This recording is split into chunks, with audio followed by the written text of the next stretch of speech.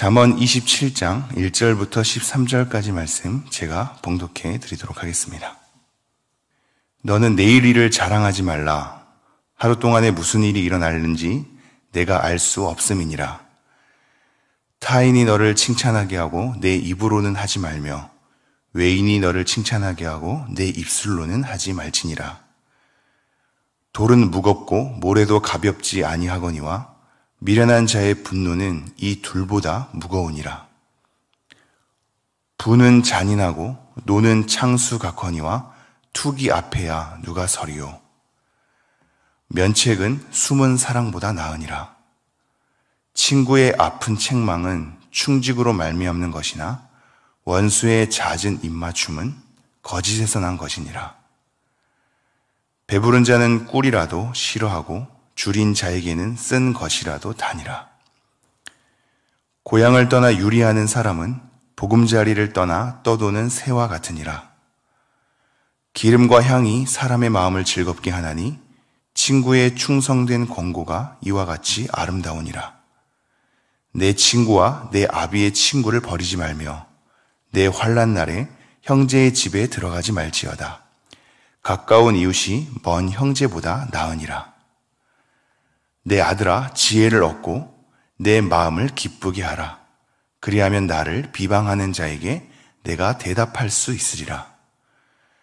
슬기로운 자는 재앙을 보면 숨어 피하여도 어리석은 자들은 나가다가 해를 받느니라. 타인을 위하여 보증선 자의 옷을 취하라. 외인들을 위하여 보증선 자는 그의 몸을 볼모 잡을지니라. 아멘. 오늘 잠언 27장의 이 본문을 가지고 우리가 이 새벽에 하나님의 마음을 상고하고자 합니다. 특별히 27장은 친구에 관한 언급이 많습니다. 하나님께서 우리 친구된 관계마저도 헤아리신다니 참으로 감사한 일입니다. 우리의 신앙, 하나님을 바라보는 신앙뿐만이 아니라 우리의 모든 이웃된 관계까지도 하나님께서 세밀하게 하나하나 언급하시니 우리의 모든 인간 관계마저도 하나님께서 심히 생각하시는구나를 엿볼 수가 있습니다. 특별히 우리의 모든 관계됨이 창조 질서 가운데 우리를 돌아보자면 우리는 돕는 관계입니다. 아담과 하와가 그랬듯이 말입니다. 아담과 하와의 인류의 관계는 단지 부부만의 관계가 아니라 인류 전체의 관계로 우리가 볼 수 있습니다. 서로 돕는 겁니다. 가인과 아벨도 마찬가지지요. 가인이 아벨을 죽이고 난 다음에 하나님께서 등장하셔서 내 아우 아벨이 어디 있느냐라고 묻습니다. 그때 가인이 내가 내 아우를 지키는 자니까 라고 말하죠. 지키는 자인 겁니다. 우리는 서로 지키는 자입니다. 돕는 관계로 창조되었고 지키는 관계로 창조되었습니다. 서로 돕지 않고 지키지 않을 때 관계의 깨짐이 오며 그런 관계의 깨짐은 하나님을 찾기 어렵게 만드는 것으로 연결되어 있습니다. 그래서 하나님 사랑과 이웃 사랑은 긴밀히 연결되어 있나 봅니다. 오늘 친구에 대한 언급들을 여러 가지 살펴보고 인간관계에 대한 전반을 우리가 조금 하루 헤아려 보면서 우리의 이웃들을 조금이나마 더 돌아보고 사랑할 수 있는 시간 되기를 소망합니다. 제가 27장 1절 2절 다시 한번 읽도록 하겠습니다. 너는 내일 일을 자랑하지 말라. 하루 동안에 무슨 일이 일어날는지 내가 알 수 없음이니라. 타인이 너를 칭찬하게 하고 내 입으로는 하지 말며 외인이 너를 칭찬하게 하고 내 입술로는 하지 말지니라. 우리의 한계, 우리의 인생에 어떤 잘됨만을 보지 아니하게 되는 겸손함으로 하나님 앞에 엎드림으로 우리의 한계를 인정함으로 시작되고 있죠. 우리 존재의 한계의 인정은 우리 관계까지도 영향을 미치기 때문입니다. 그래서 우리로 하여금 첫 문장은 내일 일을 자랑하지 말라라고 얘기하죠. 내일 일을 알 수 없는 겁니다. 우리 인생의 주인이 우리가 아닌 것도 이 구절을 통해서 알 수 있으며 우리의 삶이 어떻게 펼쳐질지 장담할 수 없으니 우리의 관계에서도 나의 자랑으로 남들을 기죽일 수 없는 것까지도 다 펼쳐지는 겁니다. 특별히 자랑이란 단어는 2절에 칭찬이란 단어랑 동일한 단어입니다. 즉, 너는 내일 일을 칭찬하지 말라, 자랑하지 말라 라고 되는 거죠. 하루 동안에 무슨 일이 일어날는지 내가 알 수 없음이니라. 1절을 어찌 보면 기간이라고 좀 포커스를 맞춘다면요, 내일 일을 자랑하지 말라니까요. 어떻게 하루 동안에 무슨 일이 일어날지 이 기간에 대한 부분이라면 2절은 대상에 대한 부분이라고 할 수 있습니다. 타인이 너를 칭찬하게 하고 내 입으로는 하지 말며 외인이 너를 칭찬하게 하고 내 입술로는 하지 말지니라. 앞에서는 하루 동안에 무슨 일이 일어날지 알지 못해서 내일 일을 함부로 내가 칭찬하거나 자랑하지 않는, 하나님 앞에 엎드리고 내가 내 인생의 주인이 아니며 그러기에 좌지우지할 수 없고 하나님께 기댈 수밖에 없으며 하나님께 엎드릴 수밖에 없는 겸손함으로 우리를 초대하고 있다면 2절은 내 스스로 나를 자랑하거나 칭찬하지 말라라고 얘기합니다. 타인으로 하여금, 외인으로 하여금 나를 칭찬하게 하라 라고 얘기를 하고 있습니다. 이 2절의 말씀은 특별히 여러 설명을 하고 있지 않지만 이후에 뒤에 펼쳐지는 내용들이 우리의 관계에 대해서 많은 언급을 하고 있기 때문에 2절의 9절을 그 내 스스로 칭찬하거나 자랑하게 되면 오게 되는 우리의 관계의 파급력, 그리고 그 속에서 나의 어떤 부패함, 이 모든 것을 다 총괄하지 않나 싶습니다. 3절입니다.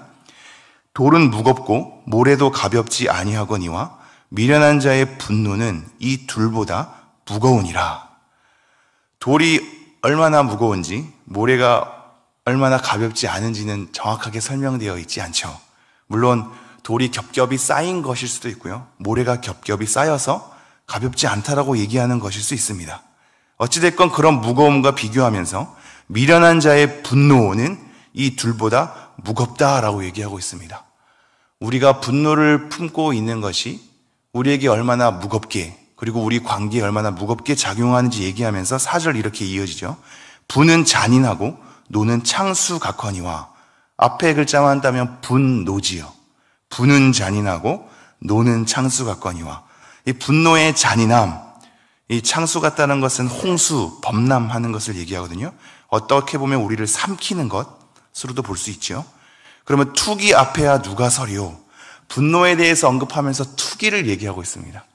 이 투기는 특별히 시기와 질투인 거거든요. 관계를 떠나서는 생길 수 없는 문제인 거죠. 그래서 앞에 분노도 관계를 향한 분노로 우리가 생각할 수 있고, 특별히 그 분노 가운데 남들을 시기하고 질투하는 것, 이것 앞에 설 수 있는 자는 없다. 그것만큼 관계를 파괴하는 것은 없다. 분노조차도 우리를 무겁게 하지만 남을 시기하고 질투하는 것은 우리의 관계 자체를 앞에 설 수 없게끔 다 어그러뜨린다라고 경고를 하고 있습니다. 그러면서 5절 반전의 내용으로 이렇게 얘기합니다. 면책은 숨은 사랑보다 나으니라. 면책은 드러내는 겁니다. 그 사람에 대해서 드러내는 겁니다. 여기서 숨은 사랑은 그냥 남몰래 사랑하는 것이 아니라 사랑한다고 하는데 그것을 가리고 숨기는 겁니다. 그러니까 사랑을 사랑으로 알 수 없는 거죠. 그렇게 사랑한다고 하면서 감추고 숨겨지는 것보다 오히려 드러내는 것이 낫다라고 얘기합니다. 이것은 좀 포괄적인 내용인데 이후에 6절부터 펼쳐지는 내용을 보면 조금 더 이해가 됩니다. 6절, 친구의 아픈 책망은 충직으로 말미암는 것이나 원수의 잦은 입맞춤은 거짓에서 난 것이니라. 그 원수가 아무리 겉으로는 입맞춤을 한다 할지라도 아픈 책망은 충직으로 말미암는다라고 얘기하고 있죠. 우리의 관계를 돌아봐야 할 지점입니다. 교회의 여러 역사와 질서 가운데 권징이란 것은 이 맥락에서 사용하는 겁니다. 교회의 권위와 질서, 그것도 중요하겠지만 그것보다도 사랑의 관계와 하나님 앞에 바로 섬에 대한 부분으로 우리의 잘못된 그늘을 다시 한번 끄집어내고 그러한 면책 속에서 우리의 사랑을 바르게 세워가는 관계, 그것이 돕는 관계며 그것이 지키는 관계일 것입니다. 7절입니다. 배부른 자는 꿀이라도 싫어하고 줄인 자에게는 쓴 것이라도 다니라. 물론 문자 그대로는 음식에 관한 것이라고 우리가 읽혀질 수 있으나 계속 맥락에서 한번 따져본다면 면책에 대해서 듣지 아니하려는 경향, 즉 그는 배부른 자라면 어떠한 것이라도 듣기 싫어하니까 면책도 듣기 싫어하는 것이 되겠죠. 그러나 줄인 자, 마음이 가난한 자까지도 우리가 포괄적으로 한다면 어떤 쓴 것이라도, 그것이 우리에게 아픈 말이라 할지라도 받아들일 수 있을 겁니다. 그래서 이것은 단순히 음식을 넘어서서 면책과 충언, 아픈 책망까지도 받아들일 수 있는 가난함을 의미한다고 할 수도 있겠습니다. 8절입니다. 고향을 떠나 유리하는 사람은 보금자리를 떠나 떠도는 새와 같으니라.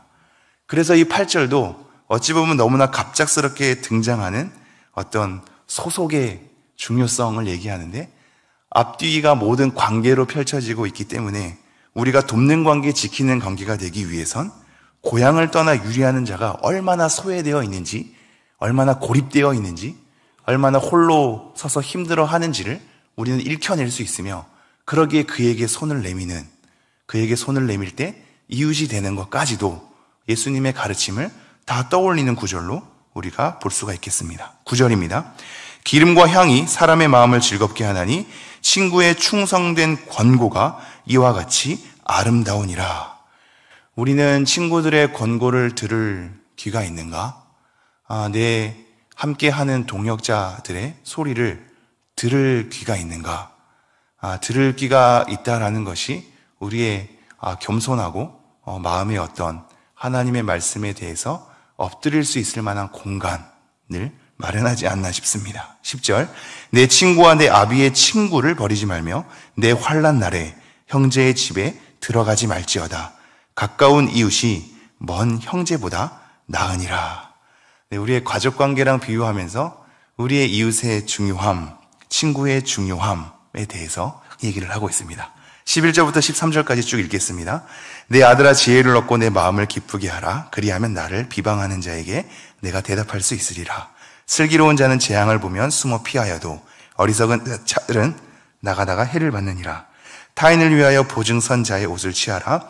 외인들을 위하여 보증선 자는 그의 몸을 볼모 잡을지니라.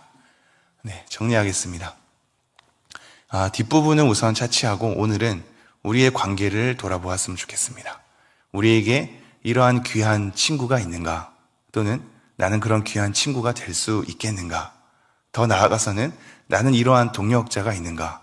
함께 하나님 앞에서 돕는 관계, 지키는 관계로, 면책으로, 책망으로 그것을 서로 조언해 줄 수 있고 서로 하나님 앞에 잘 서도록 다독여 줄 수 있는 관계가 있는가?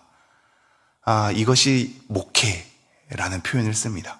상호 목회인 거거든요. 우리가 교회 질서 내에서 교역자들의 목회도 받지만 성도된 관계 내에서 서로 함께 목회를 세워가야 우리는 하나님을 잘 따라갈 수 있을 겁니다.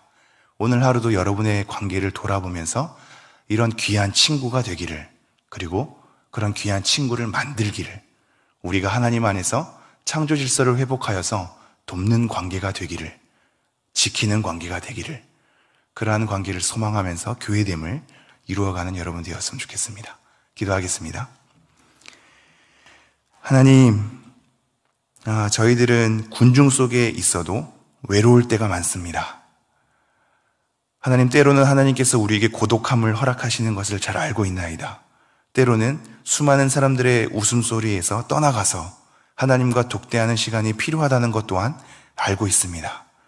그러나 하나님께서는 우리를 홀로만 두지 않으시고 귀한 동역자들과 함께 하나님의 나라를 같이 누리도록 우리에게 교회를 허락하셨사오니 함께 하나님을 바라볼 수 있는 관계에 들어갈 수 있도록, 우리가 서로 돕는 관계와 지키는 관계가 될 수 있도록 우리에게 은혜를 허락하여 주시옵소서. 우리 교육자들이 그런 관계가 되기를 원하고 우리 성도님들이 그런 관계가 되기를 원하나이다. 이것이 바람만으로 쉽게 풀리지 않으니 하나님께서 우리를 도우사 우리에게 이 귀한 친구들을 허락하시고 우리에게 순종을 허락하셔서 이런 귀한 친구가 될 수 있도록 은혜를 베풀어 주시옵소서. 이 모든 말씀 우리 주 예수 그리스도의 이름으로 기도합니다. 아멘.